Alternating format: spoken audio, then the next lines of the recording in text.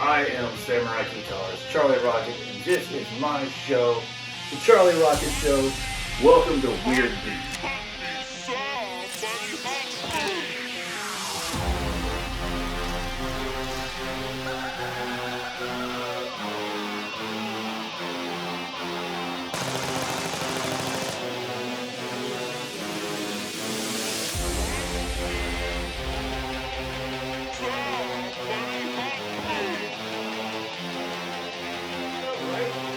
Cue the intro!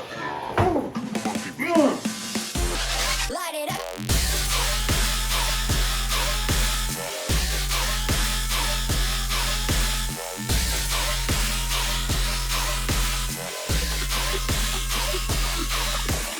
Oh shit.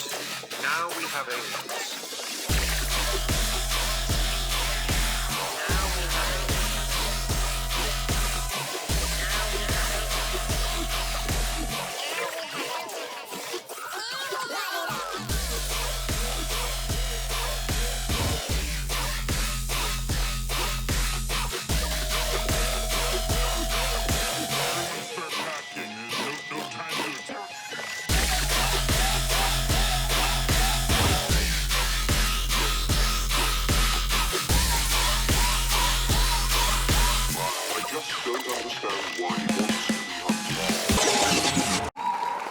And I am super stoked to be here with you all because I have always wanted to do something like this.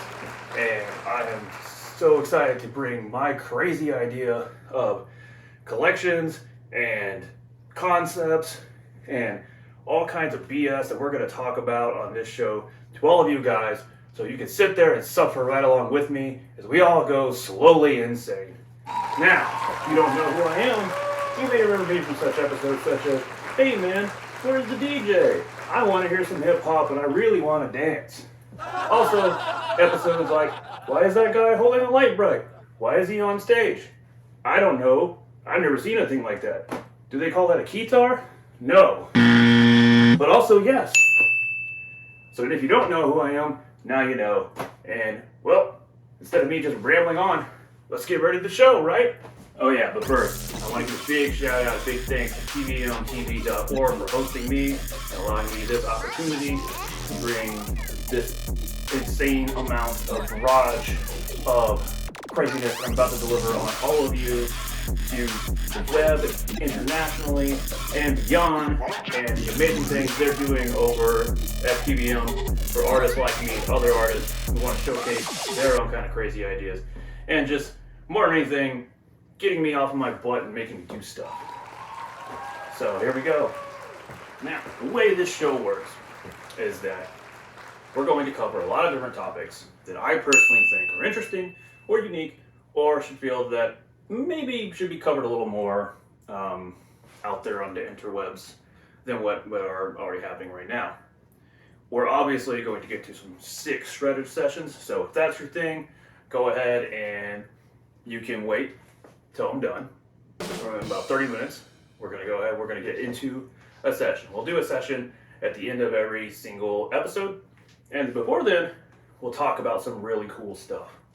We're going to be covering things like gear reviews, industry secrets, what it's like to be a new DJ versus what it's like to be a struggling DJ, even in, get some higher end player guys in here who are going to talk about maybe what it's like to be on the big stages. I played a big stage once, maybe once again, who knows. But more than that, we're going to cover what's hot, what's not in the fashion scene, in the current trends, why Gen Z thinks you're lame, why that ironic mustache tattoo just isn't doing what it used to do, and what we're looking for in the future. Well, with Jinkos and freaking raver hats coming back. I mean, a lot of you kids in the 90s, you're like, oh, so I can just break that stuff out of my closet? Yes, you can. We're going to find out why. But beyond that, I'm going to have cool stuff like we're going to bring in special guests and we're going to trick them into being on this show and they're going to think that like it's a very serious thing and we'll offer them some Kool-Aid and a gerbil. I don't know. We'll see where it goes. But I'm There's going to be a large variety of stuff we're going to be doing together, going to be sharing, and I obviously want your input and some of the things that I bring up. Maybe it's controversial, maybe it's weird. I want to see what you guys think on the comments section. I want you to write me angry letters. I want you to sell my soul to Satan. You know, all that fun stuff. We're going to do all that fun stuff. So let's get into the topic, shall we? All right, gear reviews. Let's cover something that absolutely needs no review whatsoever. The CDJ2000NXS and what it means and why it is different than the CDJ2000 and the CDJ2000NX2 and what it means to you as a new and upcoming DJ. See, everything started off in the 2000 world with the original classic Japanese-made CDJ2000. This was before the days of record box, but it was one of the first USB integrated CDJs out there that before Pioneer would then get bought out and go to Pioneer DJ was still being made in the old way. Now, people get this confused a lot as to why CDJ2000 versus 2000NXS is important, because 2000NXS brought record box control, which all DJs now should know what that means and why record box is so needed, because you can automatically sync all your files onto your record box on your computer or your laptop. You can prepare your cue points. You can do all of that on your system, put it on USB, plug it into the CDJ when you hit the club and you're ready to go. Now, if you're out there, you're buying CDJs, buy the 2000NXS. Do not buy the 2000. Only if you are a true purist or you're a collector is the 2000 really going to be fun at this time, because of this very reason that record box is kind of running the show. For new DJs coming up, you're probably coming up with CDJ 400 or 200. Sorry, not CDJ. A DDJ 2000 or 400 controller, which is Pioneer's new entry-level controllers that are allowing you to get a taste and feel of what it's like to be in the record box environment. These are good machines, and I'm going to be doing a thing on them later and why they're important and why they're really good for new DJs. But they're, as a stepping stone, this is what's going to take you in from being a bedroom DJ into being a real club DJ, is how well you can use a CDJ2000NXS along with a Pioneer DJ style mixer, because all clubs have these. Reason why this is standard is because every club has this, because this is what they use in big stages and for the professional world.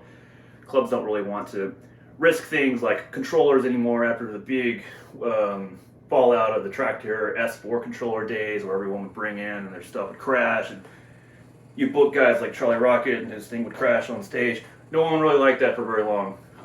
So everything started getting more industry standardized.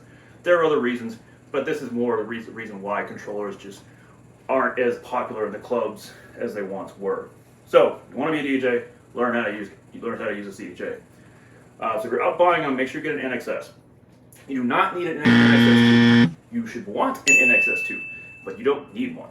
CDJ2000NXS will do everything you need right now to become a full-fledged DJ. You have 3 cue points. You have proper spin back. You have proper looping. You have all kinds of jog wheel vinyl support, everything that you would expect on a club industry CDJ 2000NXS2 or 3K that every new or support or upcoming DJ would need. I'm not going to go into all the details, because honestly, you know what a CDJ2000 does, and if you don't, there are tons of other videos that they're going to cover that. What I'm going to talk about is why it is important to have this instead of maybe some of the other options that you're considering. Yes, it's definitely cool to have a very fancy controller, no doubt. Especially record box controllers, they're a good way to start. I recommend the RX2 if you're on a budget, or even the RX1 is a perfectly fine controller. You could even go with a 1000 SRT if you're an Ableton person, or if you just want that flexibility. But the one thing that's really going to separate the two is that when you're on that type of controller, you have vertical waveforms. So you can see the waveforms both coming at the same time, and all you gotta do is just line up the dots. Real simple. Thing is, the real DJ life doesn't work like that. Real DJ Live, you have one platter, you have another platter, and you have your mixer. You're going to have to know how to beat match. You're going to have to know how to hit sync really well. You're going to have to know how to look at both waveforms and not rely on the vertical display. So the vertical display is like a good way to get into DJing, but don't use it as a crutch. Definitely learn what it's like to look at two waveforms at the same time, because that's what you're going to spend your time doing. This is why the 2000NXS is so great. It will give you everything that you possibly need to get started in on a big system. And right now they're very affordable because the NXS2 has been out and the 3K has just launched, which is going to be replacing all of these items very shortly. Thing is, we're not in a good position as far as the world is concerned right now when it comes to metals and microchips and everyone fighting over who's getting what parts. So there's not as much of that going out anymore. And since the pandemic, we now are at a point where clubs don't have as much money, people don't want to buy the expensive stuff. 3Ks are still hard to obtain as well as expensive. And because of the pandemic, the NXS2 is now also just as expensive as the 3K. It's like $500 fucking cheaper, which is ridiculous.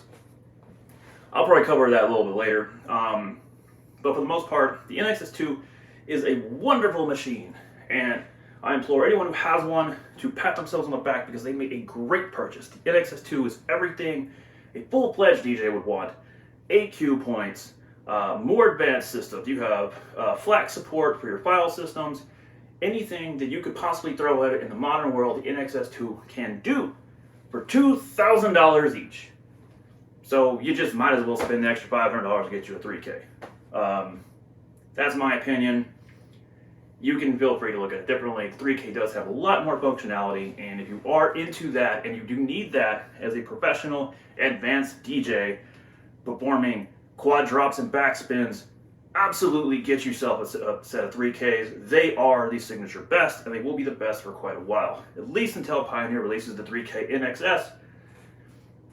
But I don't think that's going to happen.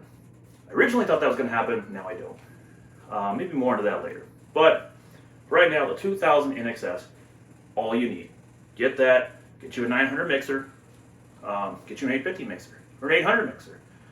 There's, when it comes to mixers, you just really want to familiarize yourself with what type of mixer the Pioneer offers, and if it's basically just how to mix tracks.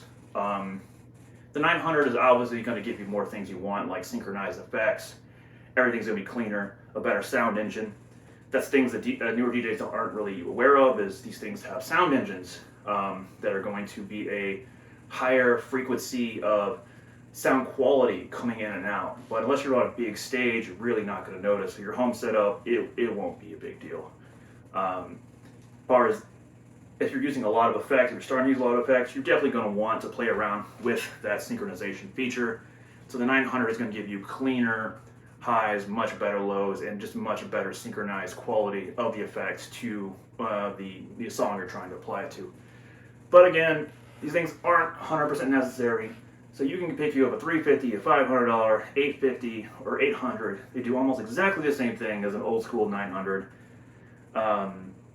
for way cheaper. But if you got the cash flow, you want to be professional quick, go ahead, get yourself a 900. Get you a 900, hopefully in excess. You know, let's just be real. Get a 900 in excess. It's old as shit. You should probably find one. CDJ2000NXS set.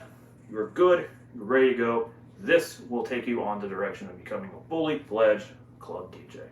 A DJ who simply takes his USB stick, shows up to the club, plugs it in, and B2Bs with everyone in the room, making you that cool DJ. So we all want, right? Ease. Ease is a big thing we don't talk about very much in the DJ world because most DJs already got it. A lot of us controller DJs don't. The reason why the B2B is popular, the reason why these DJs get booked over you is because it's just easier. Book a DJ with a USB stick, shows up, plugs in your club system, plays his hour, goes home. You may or may not give him $50, you know. But that is what clubs like, especially especially clubs that have like a weekly or clubs that don't have as much of an attendance flow for that particular day. Like my events, Portland, Oregon, every Wednesday. The brand new culture, Circle Guild culture. If you didn't know, I'm the guild master of the Circle Guild, a crappy little company in Portland.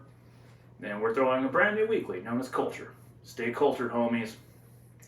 And once again, for my kind of shows and a bunch of other companies' kinds of shows, it's much easier to just book a DJ with a USB stick, plugs in the system, ready to go.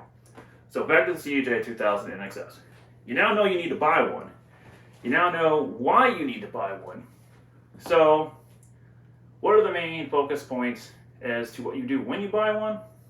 Well, learn a mix. Got your waveform, you got 3 cue points, you got vinyl mode, you got CDJ mode. I'm gonna sneeze. Oh, fuck COVID. No, just kidding, it's not COVID. It's not lupus either. Or butter. But you can use those 3 cue points, and you won't get, you try not to, my personal opinion, feel free to be in the comment section below me if you're like, oh, that's bullshit, Charlie. Yeah. In my personal opinion, always maximize your first 3 cue points, because you never know if you're going to be on a system somewhere and they're not going to have 8 cue points. If you have your favorite cue set to 7 and they have 3, guess what's going to happen? You're going to be very upset. You're going to use a part of your phrasing of your song you don't really like or want, or you're going to freestyle it. And unless you're really good at looping, which is another thing you should really get good at doing with the CDJ2000NXS, because it makes it super easy, you're not going to sound very good. So easily the best thing you want to do when it comes to this kind of stuff is have your first 3 cue points, your favorite cue points. The ones you phrase to 16 bars, 32 bars. If you don't know what that means, you're going to. They're the ones that you know for a fact you can get in and out of. And in a pinch, anytime something messes up, you can hit that cue point and you're going to be good and ready to go to the next song. Save the fancier stuff. Save the flags. Save the memories. Not to be confused with memory cue, that's a completely different thing. But just sometimes we DJs, we like to set cue points as like, oh, okay, that's what this song's going to do at this time. So I want to be out of the song before I hit that kind of thing. Save that stuff for your 4, 5, 6, 7, 8. Because it may not even display on the screen. And you don't want to be in that situation where you don't have those 3 cue points. So CDJ2000NXS, it will keep you in line for doing that. You'll get full, accurate jog wheel feel, and also the ability to adjustment.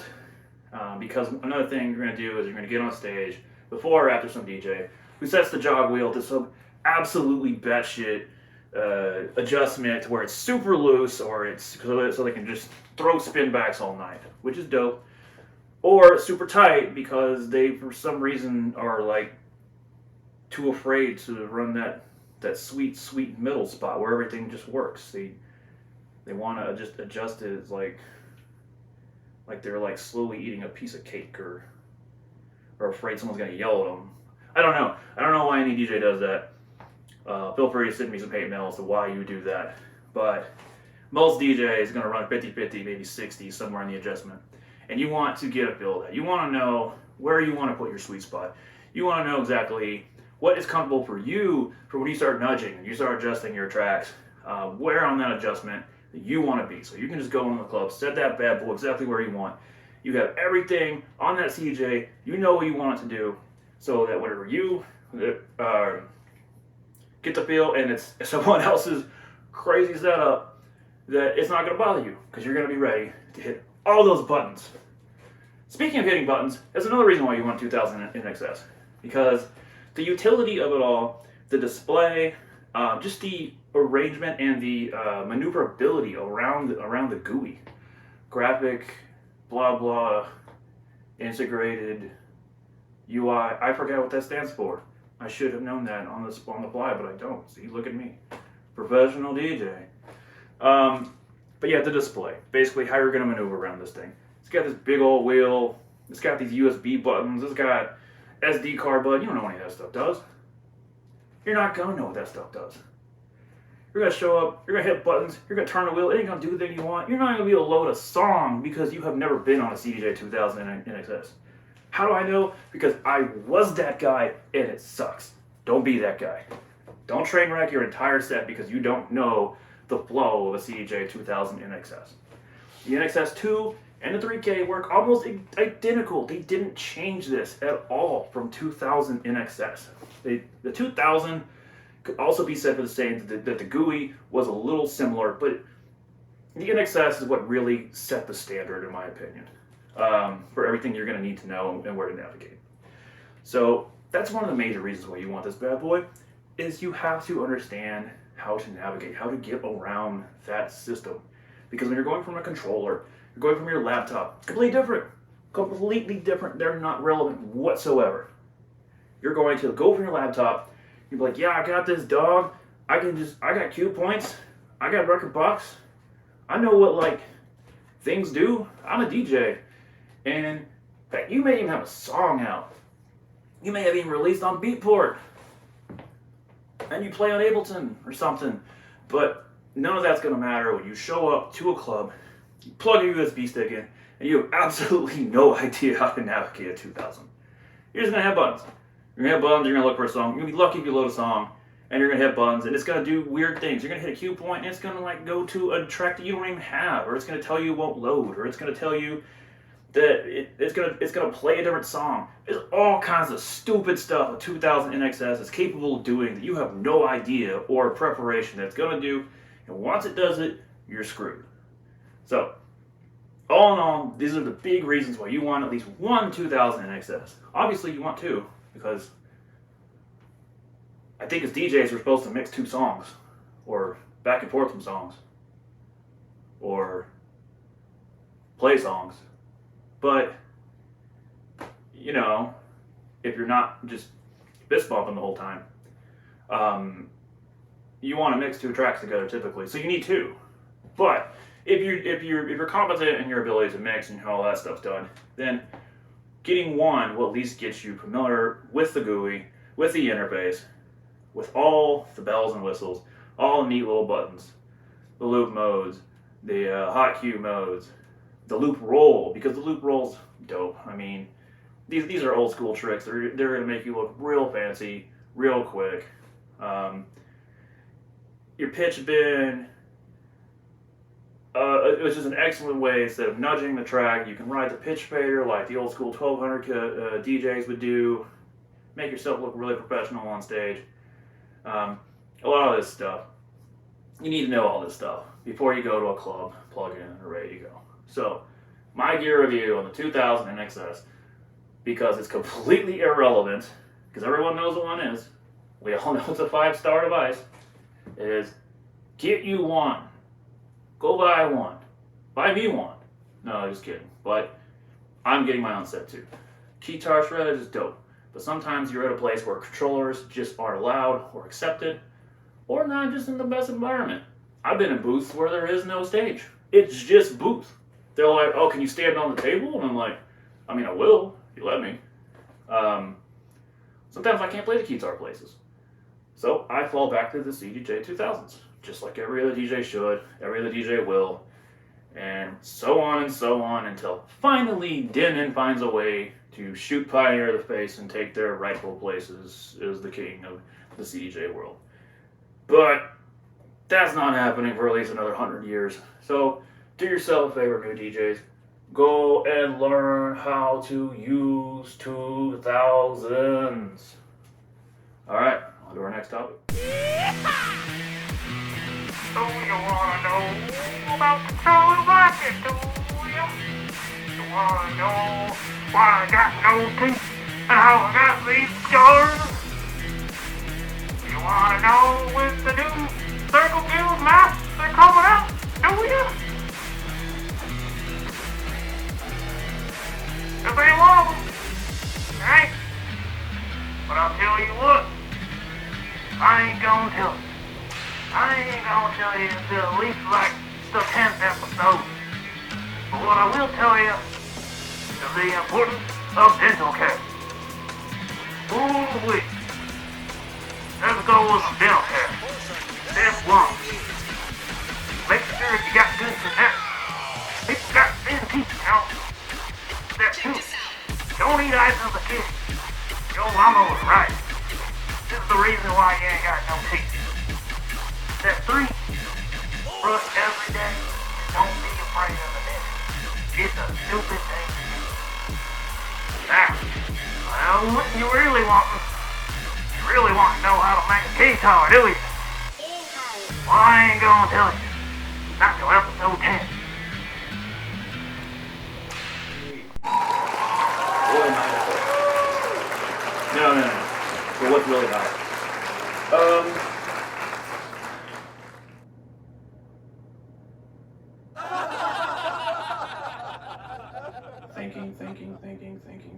Thinking. Alright, so right now we got two big things. They're just trending like crazy, and it's weirding me out. One thing I know why. The other thing I don't know why. Please blow up that comment section. Let me know why. Call me an idiot. Be like, oh, dude, you're Charlie Rocket. You have a show. You think you know what's up with the fashion world, but you don't know why. You're right. I don't know why, because I am old, and I am not cool with the kids. So please tell me, why is everyone wearing cow print? Why? Every time I ask someone, they snicker at me. Like it's some big underground thing. I know it's TikTok. I'm not on the TikTok. Not yet, but I will be, like, in a week. It's probably a TikTok thing. But while we're on the topic of that, what's really hot right now is these guys. Motherfucking bucket hats. Fisherman hats, actually, if you want to be technical about it. These were popular back in the 1990s. The B-boys and the D&B era, as well as the junglists and the breakdancers, all made these super popular. Mostly because they were ripping on the style, I believe, back from the 1970s and 1980s when the original B-boys. Go ahead and challenge me on that. Either way, if you want to be truly authentic, get yourself a real Kangol. I think this is a knockoff. So go ahead and get you a real Kangol one. You're going to be the talk of the town, let me tell you. But if you don't want to spend $100 on a hat, that's understandable. There are some really great brands out there. Circle Guild, for one, really great brand. My new fashion line coming out very shortly on our website, www.thecircleguild.com. It spells exactly as it's spelled. Spelled exactly as it sounds. We're going to have hats, we're going to have beanies, we're going to have shirts, we're going to have jackets. It's going to be crazy. Crazy, Morty. But no, there's some really, really good brands coming out right now that I'm very impressed with. Teenage Hearts, they're doing some dope stuff. I really like the 90s retro, what if it was actually fun in the 90s aesthetic they're doing. I really enjoy Broken Promises. These guys took, like, what if Fast and Furious was its own planet and there was, like, real street races for people's lives and money, and everyone answered with, like, their B16A fucking turbo VTEC kicking in yo all the time. That's how we settled problems, was just VTEC to VTEC. I love what Broken Promises is doing. You can get them at Zoomies. You can get them at pretty much anywhere. Check out their website. They're really dope on the website. They're taking anime aesthetic. They're taking all car culture. They're taking all these really cool things that we millennials created and the Gen Z adopted and claim it's their own. And they're turning it into some absolute Photoshop masterpieces. Big fan of them. Not something that you'll catch me wearing too often, but I will rep them, and they have really, really nice Fisher hats. What's really coming in with a quickness is cargo pants. Cargo pants are coming back. Jinkos, big old boy jeans like we used to wear and trip over, and our moms would yell at us being like, that's not fashion, even though they had bell bottoms back in the 1970s. They were just as ridiculous that they would also trip on. So, but don't throw your skinny jeans away yet. Skinny jeans are still very cool.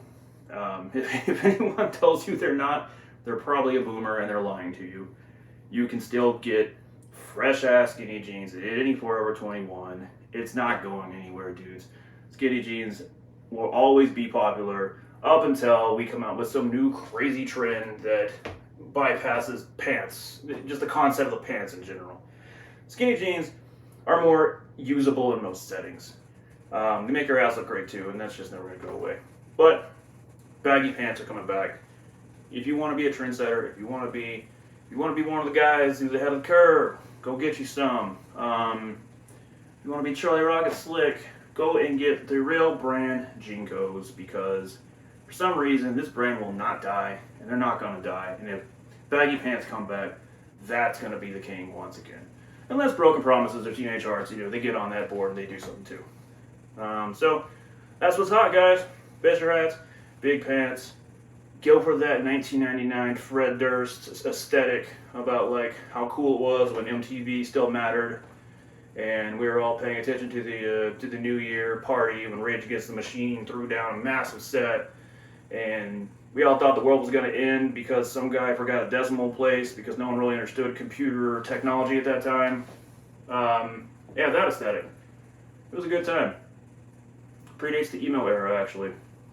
We'll talk about the emo era in another episode. Boom! What's up, guys?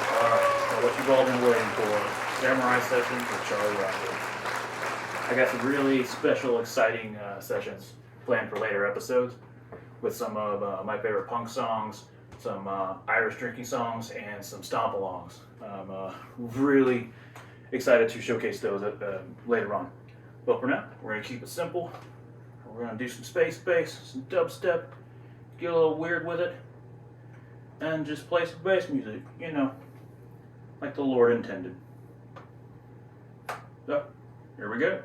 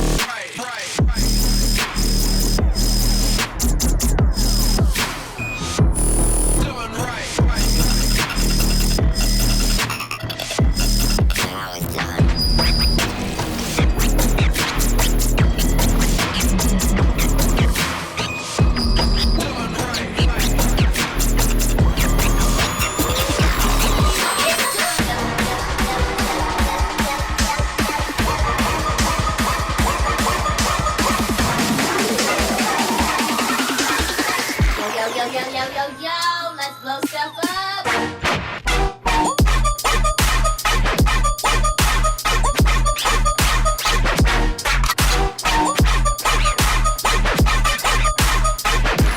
That was like, damn.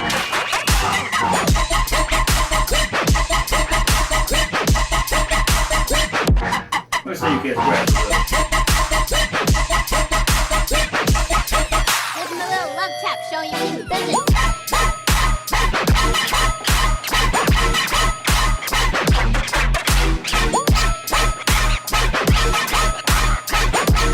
This tea party is over!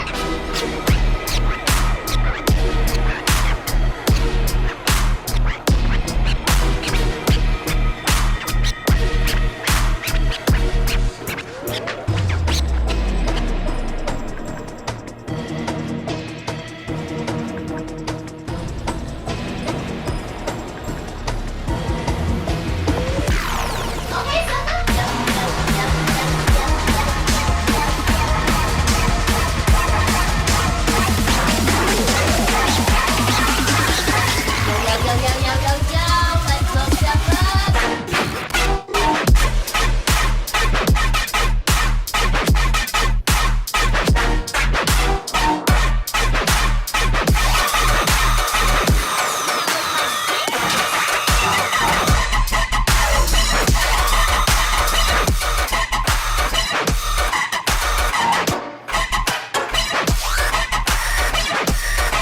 Give him a little showing you mean business.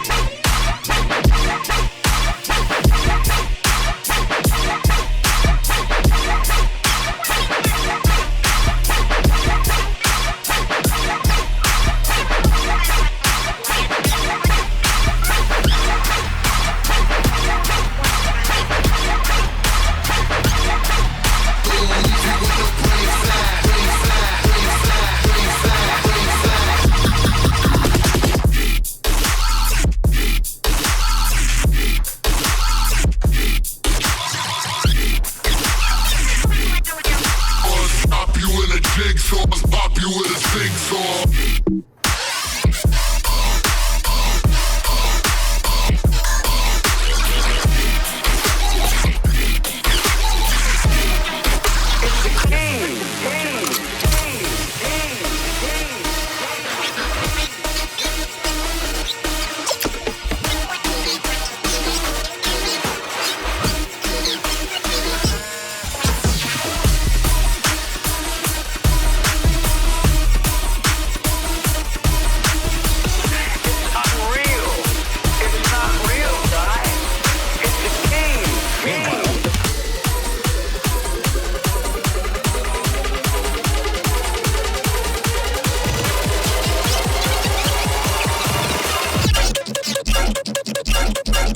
Hold up.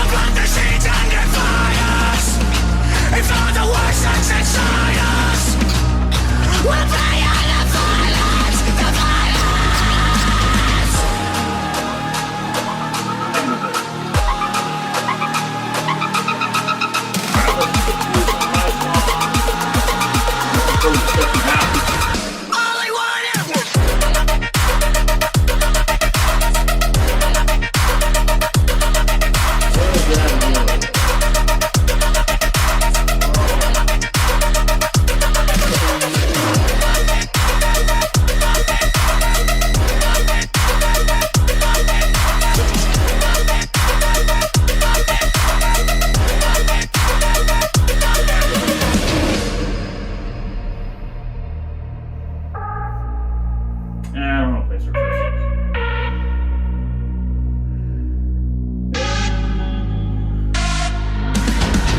We're gonna range good.